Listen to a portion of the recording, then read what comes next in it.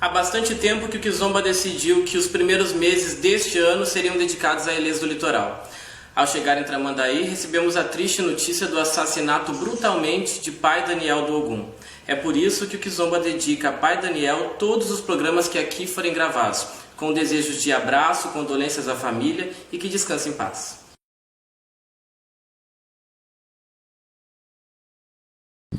No verão todo mundo vem ao litoral e o Kizomba também veio. Estamos em Tramandaí para te contar a história de Mãe Elita do Ogum, uma mulher guerreira que com superação venceu suas dificuldades e criou o seu próprio reino. Aqui, vem comigo.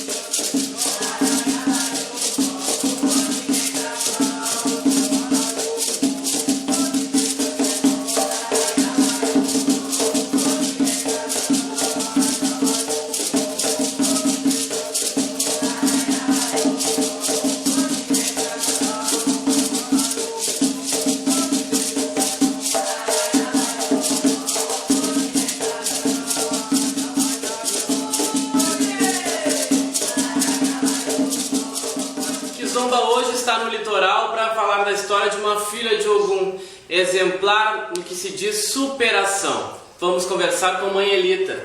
Tudo bem, Mãe Elita? Tudo bem. Obrigado por ter nos recebido aqui. Mãe Elita, não era sempre Mãe Elita, não? Onde é que conheceu religião? Em Alvorada, quando eu morava lá, em 1974, quando eu comecei a entender o que era um centro de Umbanda e o que era religião. Primeira lembrança da senhora é Umbanda. É Umbanda.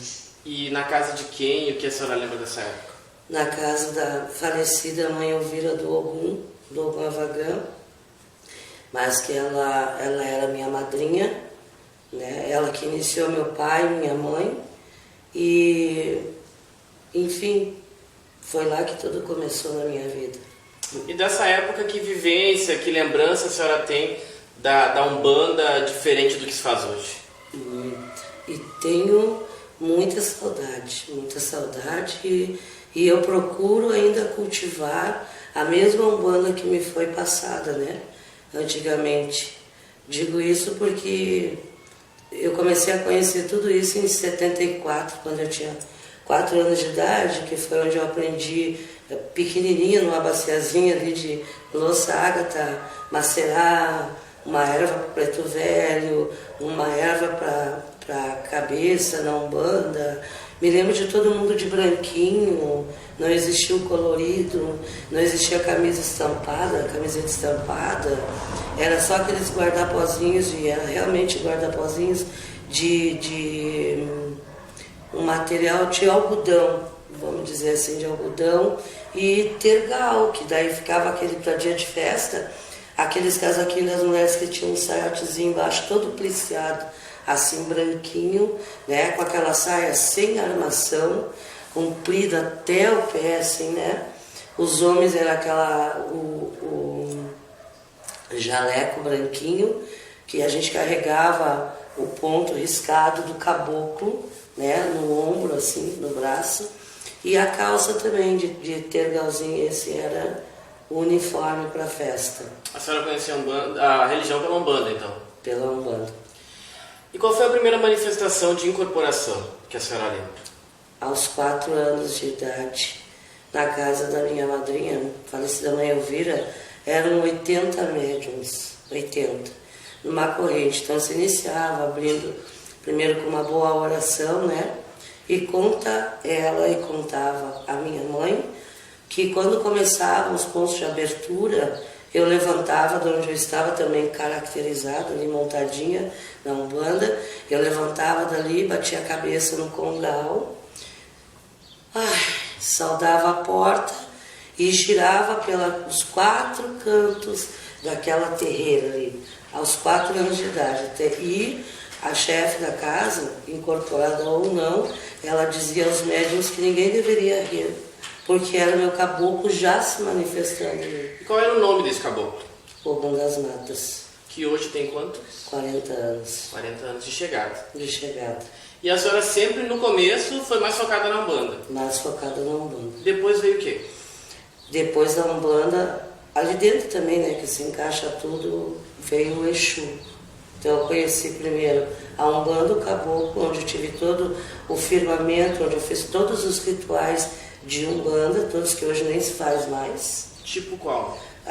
Ritual de mata, né, que ela vai a cabeça na cachoeira, tá todo aquele axé da Umbanda ali nos pés da Mãe Oxum, do Pai Xangô, na Manhã Sangue, são os que dominam a pedreira e a cachoeira, né? Depois aquele cruzamento que se faz pro Exu no meio da mata, no Cruzeiro da Mata, a mesa de pajé bem servida, o juramento da Umbanda no reino sagrado que é a mata, né? Isso tudo não se faz mais hoje. Então eu tenho o fundamento, o ritual de mata, o ritual de praia, eu tenho o ritual de lomba, eu tenho o ritual de rio, tudo isso. O Exu também era diferente? Bem diferente. Fala um pouco sobre isso pra gente. O Exu, naquela época que eu me lembro, e eu sou de um tempo que muitas coisas criança não podia participar na religião, né? Mas eu não tinha curiosidade, e só hoje eu entendo por que é que eu tinha a necessidade de espiar. Como o salão era de madeira, aquelas tábuas muito antigas, tinha muito nós de pinos dela ali, teve um que eu consegui deslocar e dava exatamente dentro do salão. E por aquele buraquinho eu conseguia acompanhar tudo o que estava acontecendo. Mas o mais louco e o mais mágico de tudo isso, que a visão que eu tinha era para uma direção só. Mas quando eu espiava naquele buraco, ele se transformava em 3D, porque eu conseguia enxergar todo o salão e tudo que estava acontecendo. Quando na realidade, pelo tamanho daquele buraquinho não teria como. Só hoje eu entendo então que desde os 7 anos de idade, ou melhor, desde os 4 anos de idade, que eu tenho essa espiritualidade muito grande, esse dom de enxergar tudo que eu preciso aprender. Eu enxergo através do meu caboclo, através de tudo isso. E o Exu era daquele tempo que ele chegava para limpar, todo de branquinho, não tinha nada de vermelho e preto, né? Nem roxo, nem rosa, azul, enfim. Era todo de branquinho. Então o Exu manifestava, então era tão forte isso, esse momento e esse Exu, que criança não podia ver. Ele chegava, e eu via tudo isso pelo buraquinho. Ele chegava, o Exu limpava tudo, limpava as roupas da gente, e aí era uma vela branca no meio do dedo, do pé assim, e o Exu ia até a porta arrastando-se, né? E aonde era servido o axé com o Exu, era cachaça virada na porta, assim, no chão, porque aquele tempo não era piso nos pátios, era chão batido, então era virada ali o Exu tomava aquele axé da terra, né? Dava 7 baforadas no charuto, que depois era queimado na defumação e ia embora. Então esse era o Exu que eu conhecia. E eu levei muito tempo para poder me aproximar do Exu, porque eu tinha muito medo, porque eu trouxe aquela imagem, aquele fundamento do Exu de 1977. Então de lá para cá, muita coisa mudou. Muita coisa mudou, inclusive a mãe Elita, que veio morar em Tramandaí, depois de morar em Alvorada. Ela vai contar essa história e como superou as dificuldades por aqui logo depois do comercial.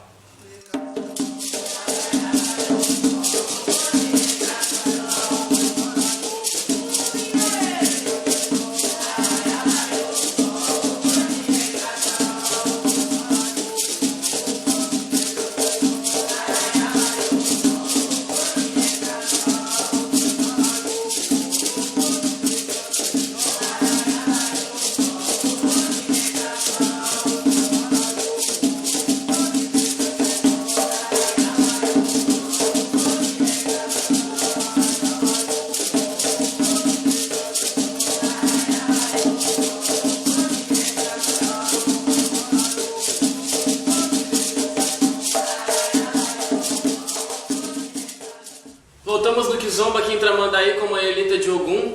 Mãe, a senhora morava em Alvorada. Alvorada. E como é que veio parar aqui em Tramandaí? Antes de falecer, a minha mãe pediu que eu começasse um novo ciclo, uma nova história, numa conversa que nós dois tivemos 2 anos antes dela falecer. Então ela disse para mim que lá onde nós morávamos existe ainda, né, a terreira aberta, claro, hoje foi transformado em várias peças porque moram lá 2 irmãos meus.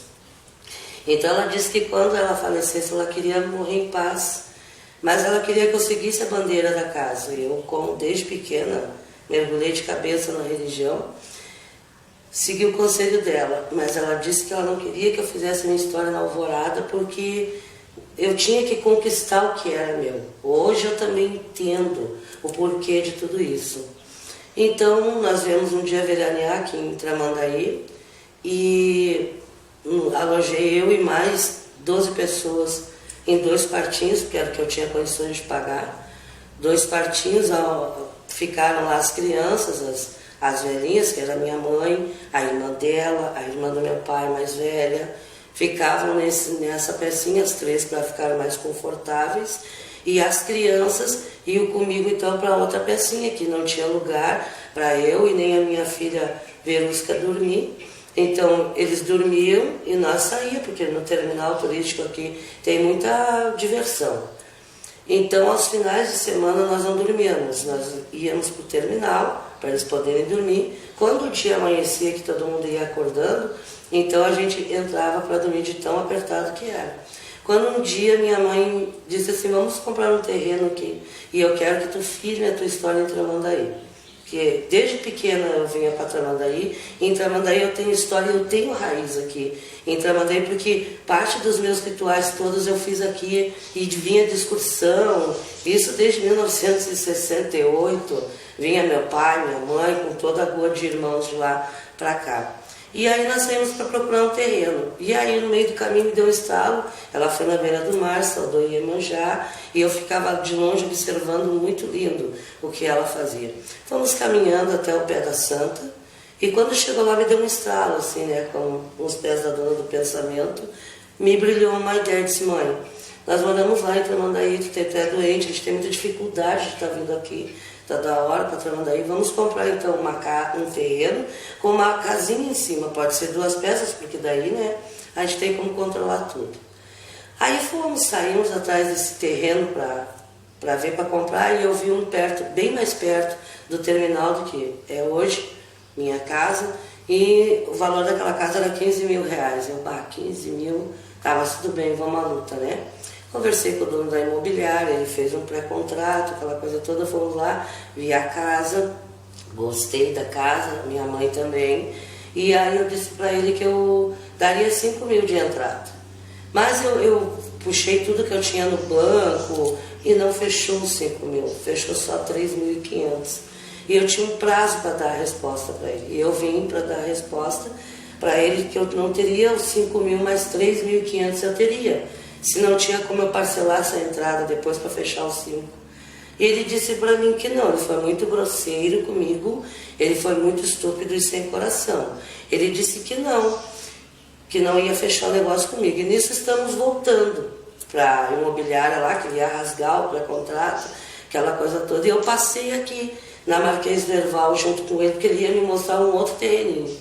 Quando eu me deparei com essa casa que hoje eu moro, quer dizer, a minha casa é dos fundos, aqui na frente é o reino do meu pai.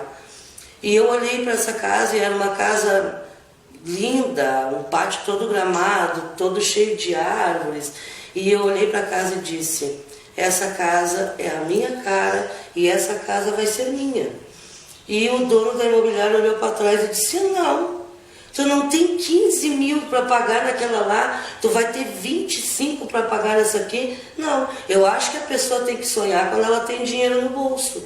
E eu disse para ele, dinheiro no bolso eu não tenho, mas eu tenho fé, eu tenho muita garra e muita coragem.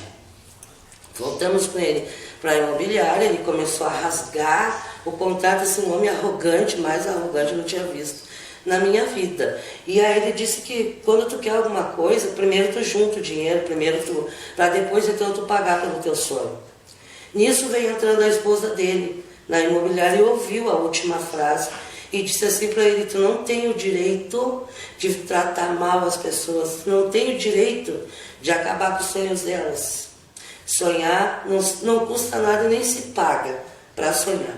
Atende o próximo casal. E a senhora veio na minha mesa. E eu fui. E aí ela disse a mim: me conta a tua história. Por que tu quer uma casa aqui? Ela disse: a minha mãe é doente, a minha madrinha é cega, a irmã do meu pai, que é minha tia, tem dificuldade para se locomover, e a minha mãe fica bem quando está na praia. Então eu queria proporcionar isso. E eu gosto de praia, eu gosto de Tramandaí. E aí ela me perguntou: tá solteira, tá casada? Eu disse: não, eu sou viúva. Quantas pessoas tu cuida? 12. Na época eram 12 pessoas. Ela olhou para mim, daí ela disse assim: meu Deus, nessa época os asilos estão lotados de idosos. E tu tá aqui com esse bando de gente, com toda essa necessidade, sim. Quantos filhos tu tem? Eu disse: uterinos, 2, que é o Leonardo e a Thalita. 2. Os outros são todos do coração. E aí ela disse assim: muito bonita a tua história, verdadeira. Porque tu fala olhando dentro do grão do olho, tu não desvia o olhar em nenhum momento. Então tu é muito sincera já por isso. E eu tenho uma casa para ti. E eu disse: é mesmo? Sim. Ela é uma casa grande, tem um enorme terreno na frente, é toda harmonizada, é perto de moradores e não de veranistas. E eu disse para ela: atrás tem uma escola, por acaso? Ela disse: sim. Aí eu disse para ela: a casa é verde, com as janelinhas amarelas, pré-fabricada? Ela disse: sim. Primeiro ela chorou, depois eu caí num pranto assim, porque foi muito mágico naquele momento. Mais uma prova de que eu sou filha do Ogum mesmo. E aí ela disse assim: sim, essa casa vai ser tua, eu vou comprar ela à vista, e por tu ser verdadeira e cuidar dessa gente toda, tu é um anjo que caminha na terra. Então tu merece, porque eu já tive sentado nesse lugar que tu tá.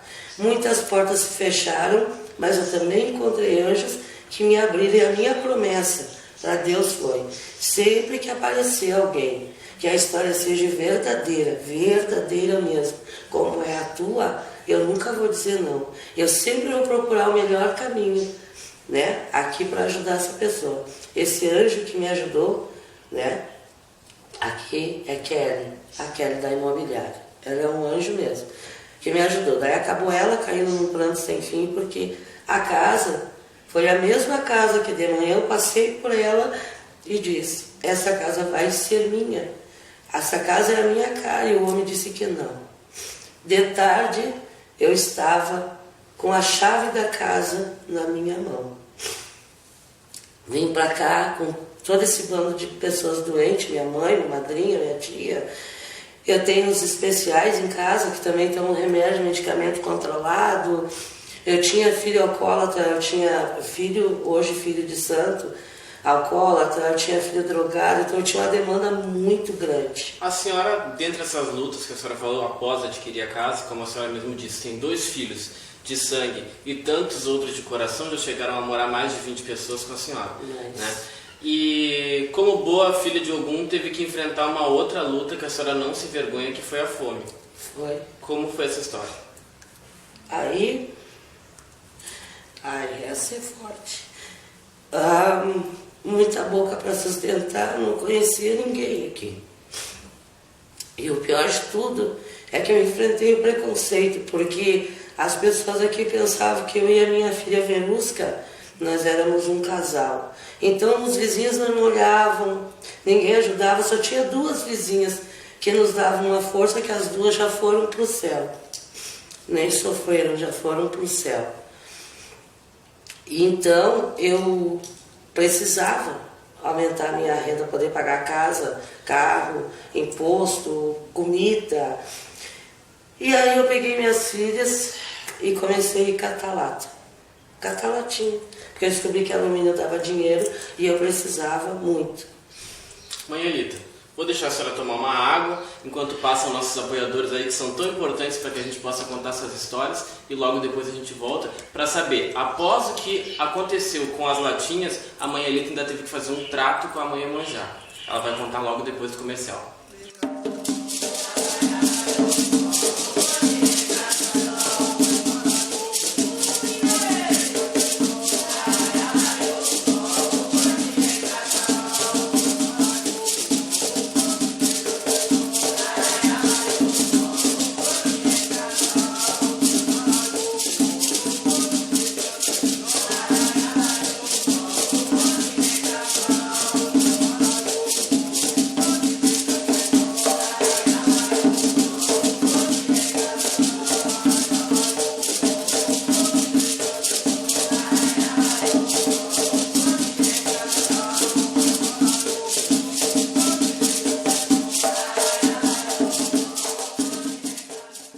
Voltamos com Kizomba no reino de Pai Ogum, aqui de Mãe Elita, e ela me contava que então, após adquirir a casa, foram catar latinhas para as filhas. E aí, mãe? E a gente tinha muita pouca comida nos armários, muita... Na realidade, a gente tinha quase nada para botar na mesa. E como aqui ninguém me conhecia, não tinha nenhum cliente aqui, né? Não era conhecida, aquela coisa toda. E aí nós íamos catar latinha aos finais de semana, porque eu trabalhava de faxina em Porto Alegre durante a semana, e final de semana eu vinha para cá. E aí nós saímos, as minhas filhas eram bem menores, né? E aí, como opção para aumentar a minha renda foi essa. Aí um dia, eu passando lá na Mãe Iemanjá, tinha um barracão que todos os anos tem, todo fevereiro tem, que é a famosa feira de Iemanjá. Lá atrás. Eu vi que dava um passe ali, tudo até então eu não conhecia, né? Aí eu cheguei lá, larguei meu saco de latinha assim no lado, entrei lá, ninguém quis me receber bem, mas enfim, passou. Só teve um pai de santo que olhou dentro do meu olho e viu quem eu era. E aí eu fui com ele até os pés de Iemanjá, olhei, tinha tanta fruta, meu Deus, estou farta, um banquete que tem aqui. Aí eu olhei para ele e disse, eu posso pegar? Ele disse, pode, irmã, pode pegar. Aí eu me ajoelhei nos pés da santa e disse para ela, mãe, eu vou pegar porque eu preciso, porque senão eu não vou ter comida na mesa amanhã. E aí já vai dar para a semana, aí eu vou precisar complementar só com outras coisas, uma farinha, com uma polenta, ou sei lá, enfim. Mas eu prometo para a senhora que tudo que eu pegar daqui, um dia eu volto para lhe pagar. Aí aquele juntei, né? Muita fruta, muito quindim, muita cocada, tinha torta grande, tudo isso a gente pegou da mãe. Nossa, aquela semana foi de fartura na minha mesa, foi felicidade, eu tinha o que oferecer para as velhinhas, né? E tudo mais. Um ano depois, no próximo ano, eu fui convidada pelo Pai Zé para fazer parte do grupo da feira. Foi uma das primeiras assim, e eu fui. Quando chegou lá, antes de entrar dentro do barracão para arrumar o meu espaço, eu fui direto na Mãe Iemanjá, bati cabeça para ela e disse, mãe, muito obrigada, eu vim lhe pagar. Daqui para frente, então, todos os anos eu virei trabalhar nos seus pés, atender as pessoas, benzer, fazer tudo aquilo que eu aprendi quando eu era criança, mas com muita dedicação, muito mais visando o bem-estar das pessoas do que o dinheiro. Porque a senhora me ajudou muito, hoje eu vim retribuir para a senhora. E assim, passei por outras dificuldades depois, o preconceito, o racismo, a intolerância religiosa, né? Eu não podia tocar um tambor aqui que desviavam 3, 4, 5 viaturas fortemente armados para acabar com o meu ritual. Então eu tive que batalhar muito por 3 vezes. Eu entrei na prefeitura, 2 eu saí chorando e a 3ª eu saí rindo, porque eu conquistei o meu alvará da minha casa, onde eu tenho liberação dos bombeiros, tem que ter extintor na casa. Eu consegui o alvará na prefeitura, então a minha casa é registrada na prefeitura, nos bombeiros, tanto que quando eu vou fazer um evento muito grande, eu só entrego um ofício lá na brigada, não tenho, hoje eu não tenho mais problemas. O prefeito da cidade, inclusive, vem a seus batuques. Sim, somos muito amigos, muito antes dele ser prefeito. Quando eu cheguei aqui estava rolando uma campanha política, onde ele vinha a vice-prefeito, e eu trabalhei muito nessa campanha, não sem nenhum fim lucrativo, não tive nada disso, mas trabalhei, caminhei muito na campanha, e nós nos tornamos amigos. E através dele, hoje, as portas do reino de Ogum é aberta e eu posso tocar o meu tambor, tranquila, sossegada. Claro, procuro respeitar o horário, procuro respeitar meus vizinhos, né? Então a gente tem horário para começar e tem horário para terminar. E aí eu não me incomodei mais. E hoje, graças a Deus, a minha vida, não digo que ela não tem batalha, porque eu sou filha de Ogum. Então o Pai de Santo já me disse, não tem como eu ter uma vida doce. A minha vida é sempre uma constância, sempre correndo atrás de alguma coisa. Eu não consigo conquistar e ficar sentada, esperando que caia do céu, não. Tem sempre todos os dias uma batalha na minha vida. A senhora é sempre uma batalha, filha de Ogum, mas a gente vê uma doçura tanto nas suas lágrimas que se emocionam contando a sua história, né? Dignas de Oxum. A senhora foi feita por Oxum e dentre as andanças da vida caiu no colo de outro. A senhora pode rapidamente contar um pouquinho pra gente? Posso. Minha mãe era de Oxum Docô. E foi ela que me iniciou na nação, porque na Umbanda já tinha até cascada. Mas na nação, ela ficou muito doente e eu precisava socorrer minha mãe, porque a gente não tinha dinheiro para pagar Pai de Santo. Então ela me aprontou. Em 2004, aí que eu fui realmente conhecer santo, saber dos orixás, porque até então era 100% Umbanda, como eu sou até hoje. Então em 2004 a minha mãe me aprontou de Lodê a Oxalá.